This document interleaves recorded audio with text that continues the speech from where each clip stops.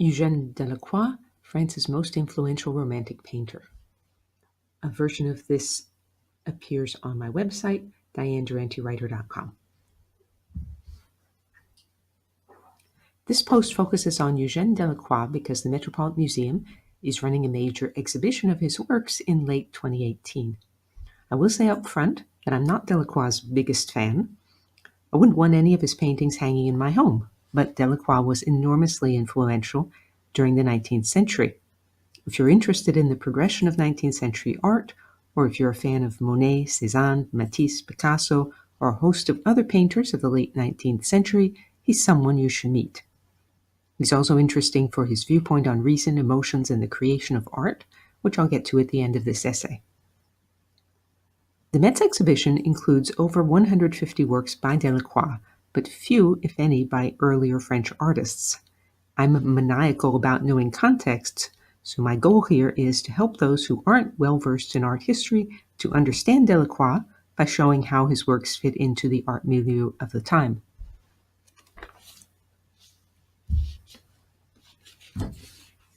First section, Introduction, what this essay is excerpted from.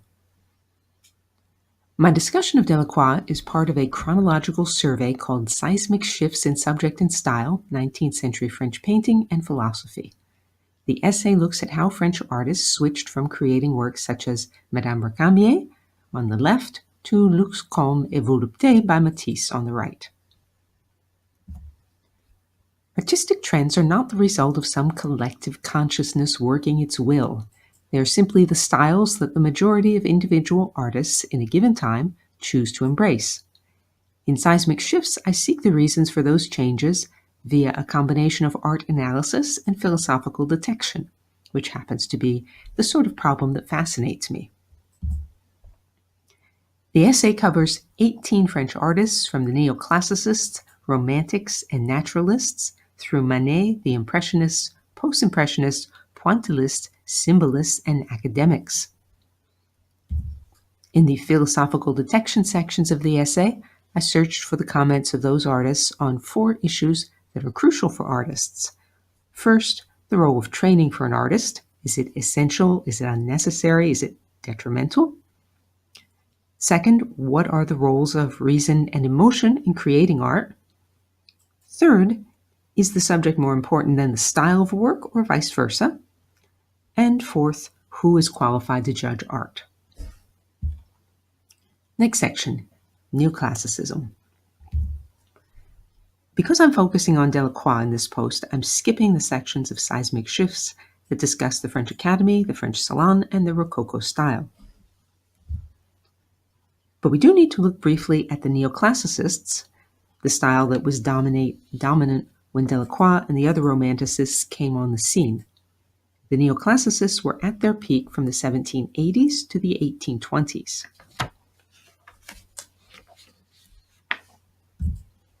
For centuries, artists had believed that the function of art was to educate men by showing the good and the beautiful. Neoclassical painters continued that tradition. The figures in their paintings were usually grand and heroic. They moved in a world where heroic and dramatic events are possible. The Neoclassicists had a distinctive style for showing this world: precise lines, meticulous details, clear lighting, and balanced compositions.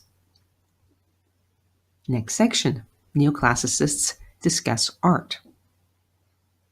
How did the Neoclassicists respond to the 4 issues that we are following regarding art and philosophy? The most prominent figures, David and Ingres, seem to operate on the Enlightenment assumption that man can know reality through the senses and logical thought and can act to improve himself and his world. So, on the matter of training for artists, David and Ingres both thought it was essential. They were both academically trained, and they both ran highly successful ateliers for aspiring artists. Second question, what role does reason play in the creation of art? David said, quote, "The guide of genius is the torch of reason," end quote. Ingres said that good art is the product of hard work and education. On a broader scale, David and Ingres assumed reason was involved in art because they saw art's purpose as didactic, and both teaching and learning involved disciplined mental effort. Third question, what's the relationship between style and subject? David said that style is more important than subject, but he seems to have meant that it's acceptable to use well-known subjects as long as one interprets them for oneself. Ingres apparently concurred when he said that artists did not need to seek out the new. Quote, "Our task is not to invent, but to continue." End quote. And the fourth question, who should judge art? David thought that people should judge art, since artists themselves were not always competent to do so. Ingres said that taste is based on education and experience, which implies that aesthetic judgment requires observation and rational thought. Next section, Romanticism. During the 1820s, neoclassicism was replaced on the cutting edge of art by Romanticism. However, neoclassicism and Romanticism continued to exist side by side for several decades. In 1855, Ingres and Delacroix each had a room full of paintings on display at the Universal Exposition in Paris. Now you might logically ask, what exactly is Romanticism? Tricky question. Scholars agree that Romanticism's origins reach back at least to Edmund Burke's 1757 Inquiry into the Origins of the Sublime. But no artist at the time, and no scholar since, has been able to define exactly what Romanticism means. By the mid-1820s, about 150 different definitions had been suggested, none of which gained general acceptance.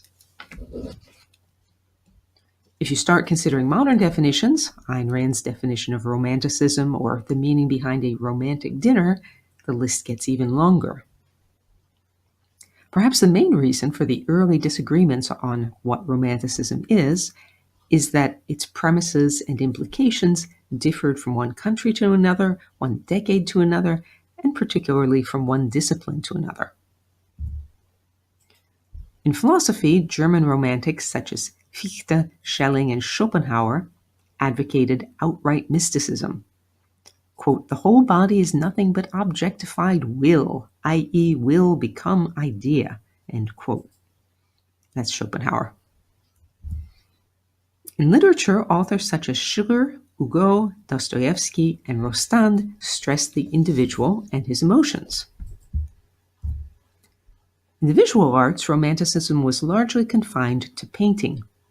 Beginning with Piranesi, Fuseli, and Goya, artists rebelled against the noble simplicity and quiet grandeur that Winkelmann had advocated, and which, in the form of neoclassicism, had swept through Europe during the late 18th century. Romantic painters focused on subjects calculated to arouse strong passions. The passions could be as positive as love or as negative as terror. The important thing was to make the viewer feel something. The first important French Romantic painter was Baron Antoine Jean Gros, 1771 to 1835. His Napoleon in the Pest House at Jaffa, 1804, a huge 18 by 23 feet, illustrates the Romantics striving to evoke emotions. General Bonaparte, in the center, touches one of his soldiers who's suffering from the bubonic plague. People of this time considered such an action either magnificently brave or suicidal, possibly both. Theodore Géricault, the next important Romantic painter, favored anonymous modern figures in dramatic situations. His breakthrough painting was the 23-foot wide Raft of the Medusa, 1819. Its depiction of a shipwreck that ended in death and cannibalism was calculated to rouse horror and pity in the viewers.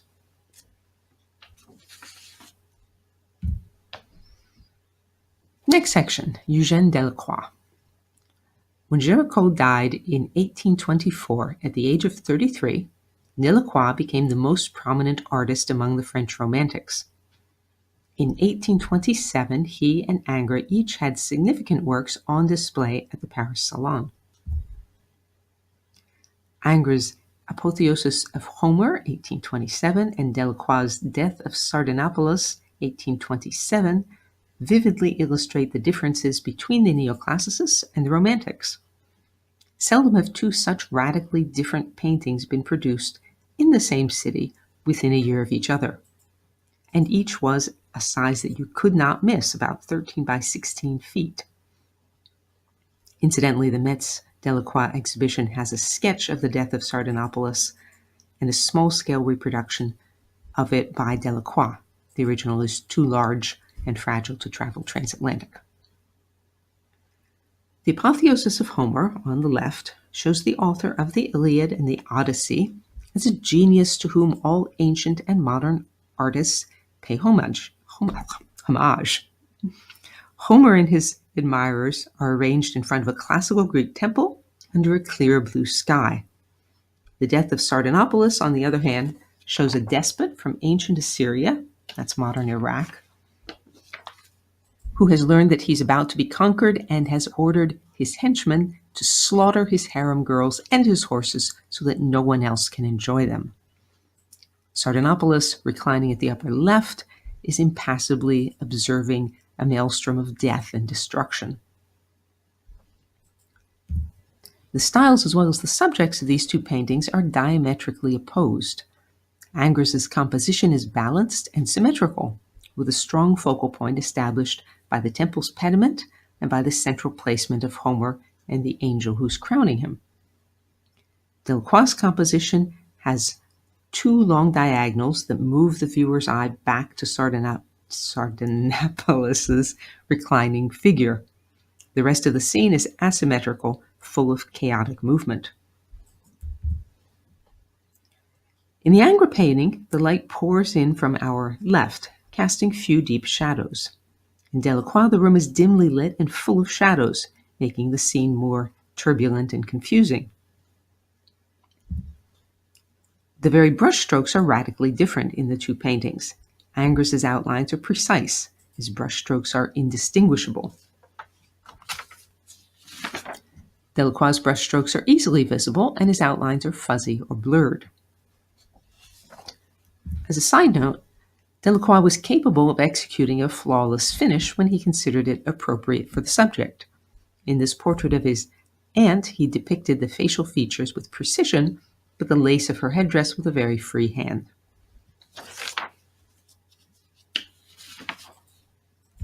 Okay, back to these two.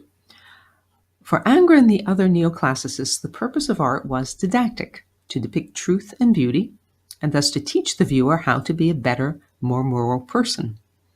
The restrained, low-key mood is appropriate for such an intellectual aim. For Delacroix and the Romantics, the purpose of art was to evoke a strong emotion. In Sardanapalus, a dozen variations on terror. A gloomy and chaotic style is appropriate for that goal. Evoking emotion is what Delacroix did best.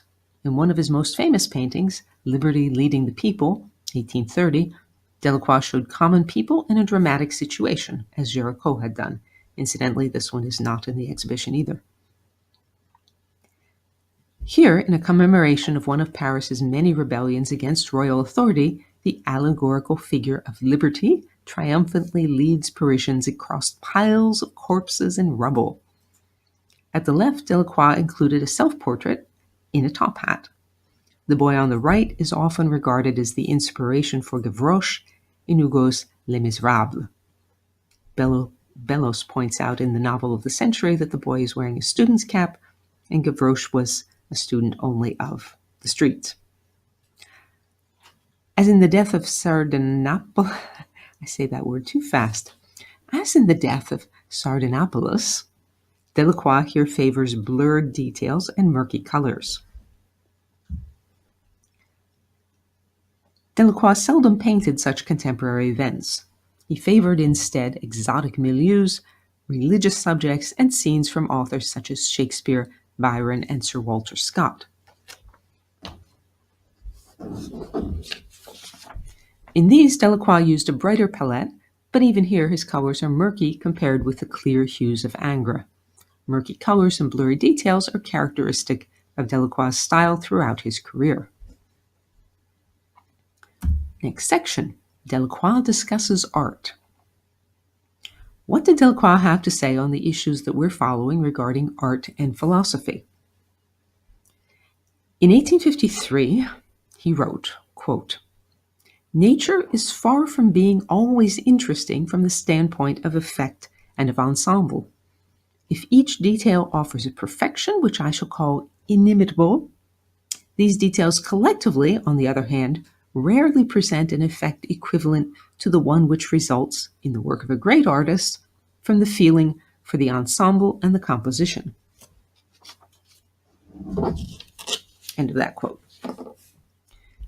Selecting details and arranging a composition, which is what he's talking about there, implies that conscious thought has a role in the creation of art. Delacroix's assertion that artwork conveys a message confirms that. Quote, "Is there not a moral attached even to a fable? Who should reveal this better than the artist, who plans every part of the composition beforehand, in order that the reader or beholder may unconsciously be led to understand and enjoy it?" End of quote.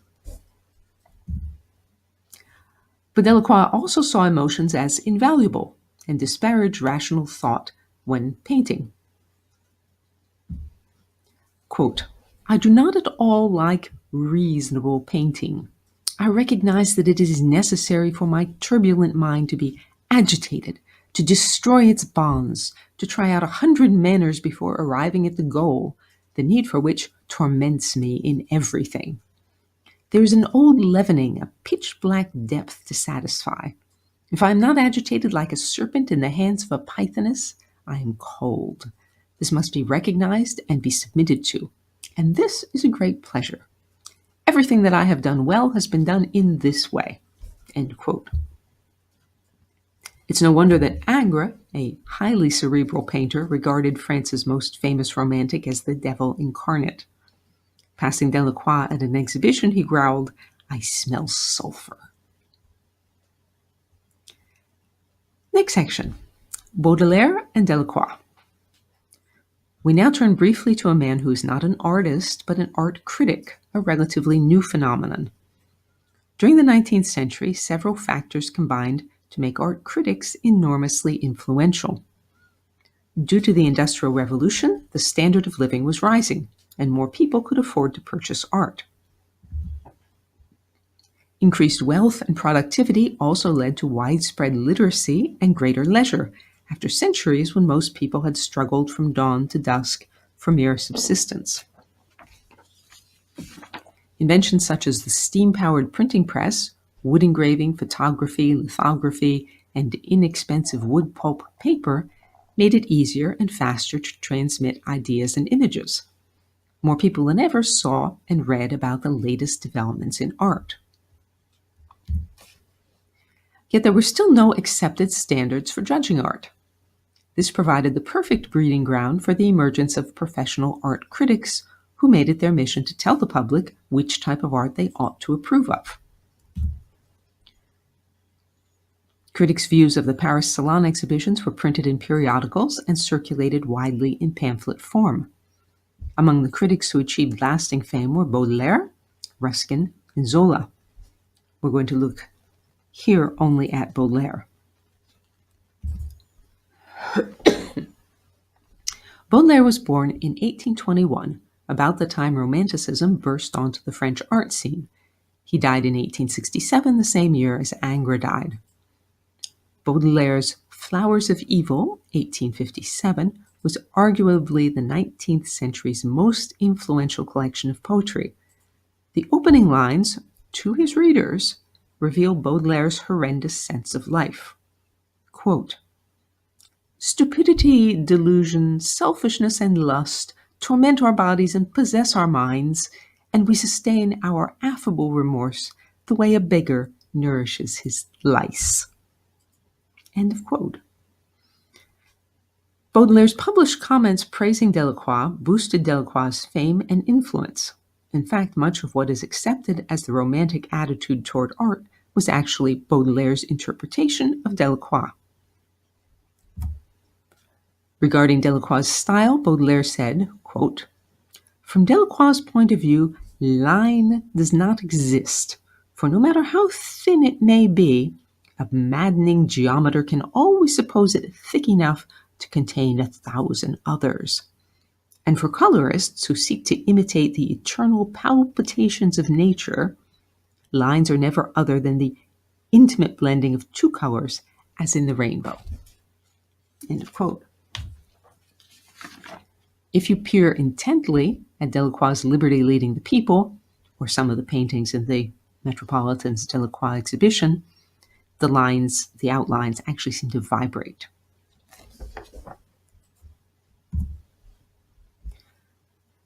According to Baudelaire, what makes Delacroix distinctive is not a style or a subject, but an emotion, a feeling, rather than a way of thinking or acting. Quote, "There remains for me to note one last quality in Delacroix to complete this analysis, the most remarkable quality of all, and the one that makes him the true painter of the 19th century.